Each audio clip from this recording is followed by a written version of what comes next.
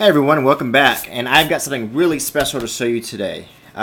This is the introduction to a series of videos I'm going to be starting, and I just want to show you what's coming up.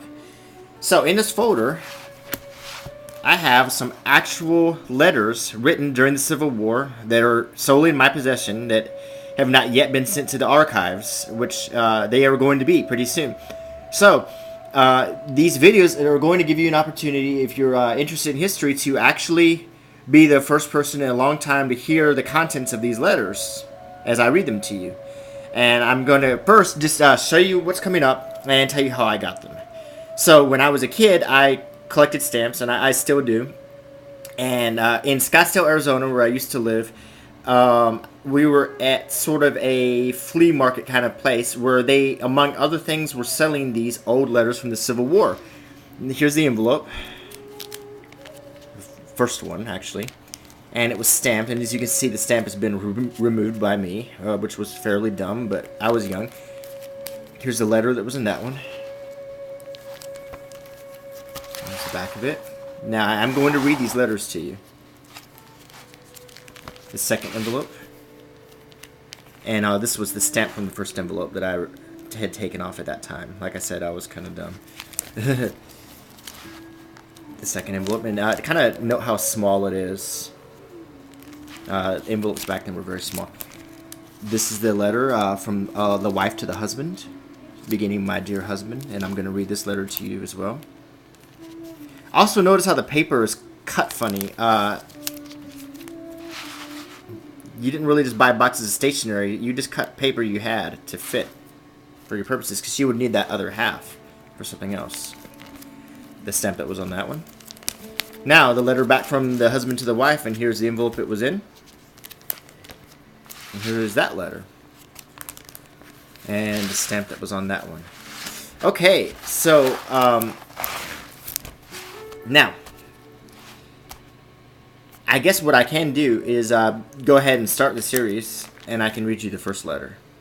So, this letter was actually correspondence between the husband and another comrade in the military.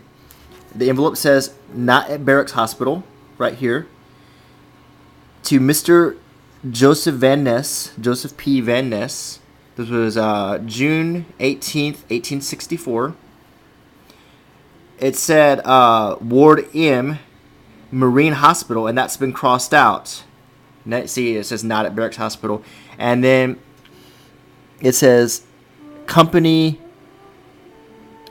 See, I believe that's Company F, 120th Ohio Regiment, and then it says New Orleans down here where the hospital was at, and this is after New Orleans was taken by the North. Now I'm going to read the letter. Okay. It says.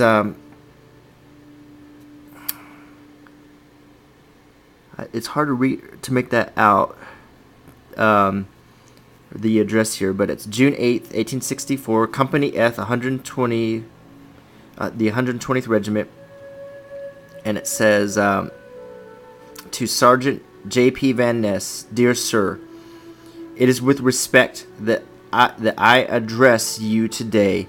I received a letter from you 5 days ago, in which you requested me to let you know where we are at. We are at a place about 30 miles above Baton Rouge called Mosganbury Bend," and I need to probably or maybe that's Morgansbury Bend. Okay. "We do not know at present when we will leave this place. Our destination is unknown to us as yet, but think it may be Carrollton, and some reports are going the camp rounds that we will get onto active field service soon again.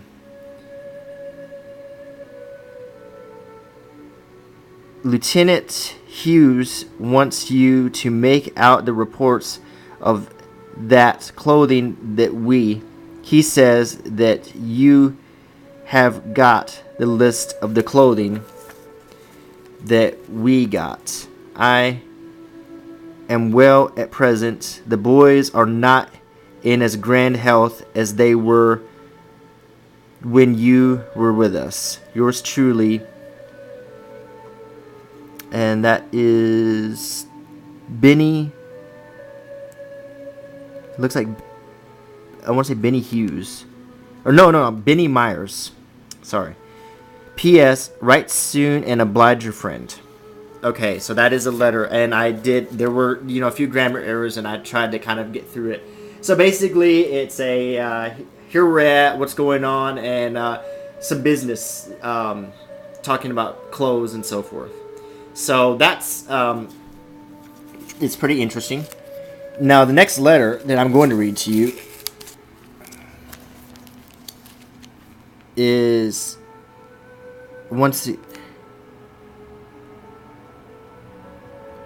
this one is from Lieutenant Hughes. And it looks like it was placed in the same envelope, because I think I got these both out of this yellow envelope. Okay, so the next letter, and I'm going to see if I can go ahead and read the one from Lieutenant Hughes now too. Okay.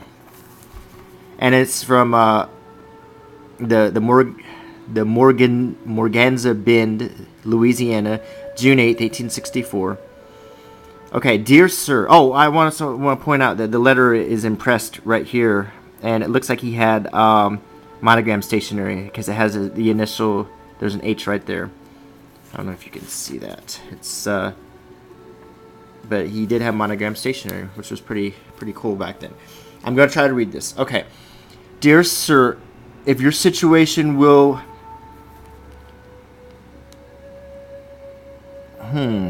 Can't make out that word. You would confirm a great favor where my drawings off blank monthly returns of clothing, camp and garrison, and I can't make out this word, with receipts rolls, and forwarding the same to me with a list of all of the ordnance plus drawn at Alexandria, as it appears uncertain about our remaining here long, or whether we will soon have a better opportunity of. And once again, I can't make out what that says. I think it is best to make my reports as soon as possible. Yours truly, this is Lieutenant Hughes. P.S. Please send the supportive list of James Richards. Well, I think basically this is just talking once again about getting some clothes to some troops who are in the field. The last letter indicated that the troops weren't doing too well. They health-wise, probably morale-wise. 1864 was a pretty grim year during the Civil War. The war was sort of winding down, but it was kind of miserable for the troops, the northern troops who were way down in the south, cut off a lot from supplies. So this is just kind of day-to-day correspondence. Okay, now I do want to say that I am going to make copies and donate these letters to the Ohio Archives for their combined military record. That was at the advice of Dr. Ken No, one of my professors at Auburn who teaches the Civil War history classes, and who I got to look these letters over, and there is significant information in them. So the next letter I'm going to read in another video is from Joseph Van Nest's wife to him. And I think you will find this very interesting because this letter addresses a lot of the domestic issues during the Civil War on the home front. And it spends a lot of time talking about her stove and other things, and I think you're going to find it really interesting, so I hope you won't miss that. So be on the lookout for Civil War Letters video part 2, where I'm going to read to you this long letter from the wife to the husband. So anyway, I hope you enjoyed this little look into the past, and keep watching my videos, and subscribe.